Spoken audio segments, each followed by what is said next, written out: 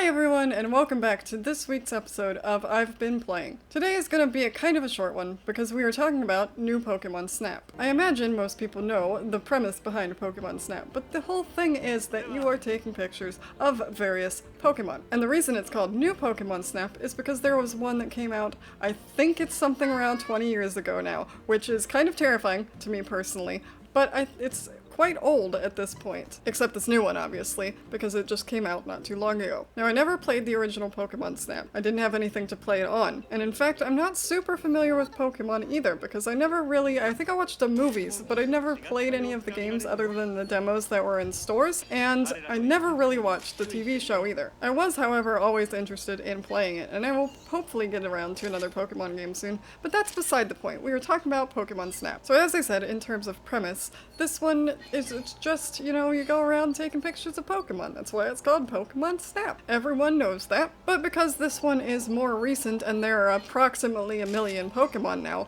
there are a bunch of them that I don't know. And this is the reason I brought up the fact that I wasn't really familiar with Pokemon to begin with. But the thing is, I do at least recognize most of the original Pokemon. There are a bunch of new ones, other than like the starter Pokemons and like some of the weirder ones, that I just do not recognize at all. That's not a criticism of the game, or really a criticism of me, it's just a fact there are too damn many Pokemon. But there are 4 different kind of areas that you can go around to from what I can tell so far. You have the starter area, you have another foresty area, you have an oceany area, and you have a volcano-y area. At least those are the ones I've opened so far. Although I haven't opened all of the courses yet, I think I have most of them. I think I read somewhere that there are 11, and I have unlocked thus far 8 of them. So I don't know if there was anything in the original Pokémon Snap beyond taking pictures of Pokemon. My understanding is that that is basically that game as well. But something that's new in this one is something, or at least new to me, or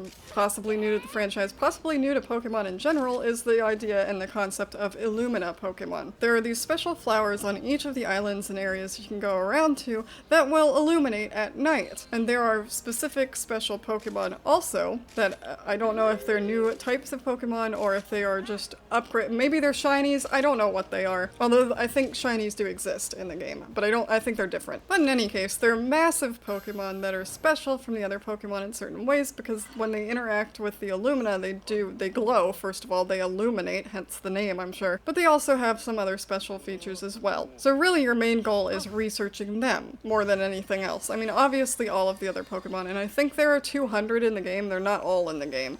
I think there are only 200 of them. I hope there are only 200 of them because god, it took long enough to photograph 100. But really, that's like all I can say. I don't know if there's some big end game thing that is completely different from the rest of the game, but that is the game. That is what the game is. I don't know what else to say about it other than that I am enjoying it.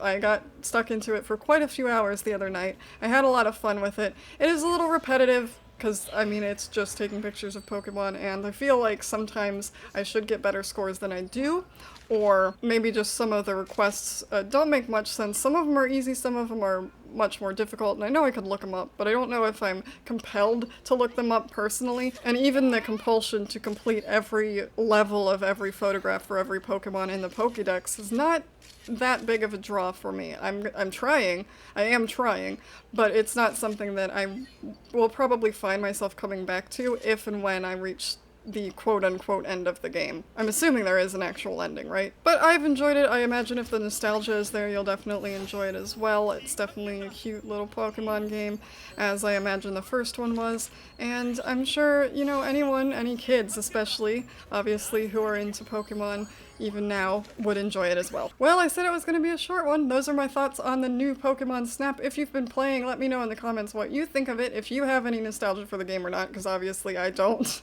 other than just knowing it existed when I was a kid. And any other thoughts you have on the game, put them in the comments below. Like this if you enjoyed this quick little look at Pokemon Snap, and also consider subscribing. I do one of these every Monday, as well as a whole bunch of other stuff on my channel, which you can check out in the description below. And I will see you next time.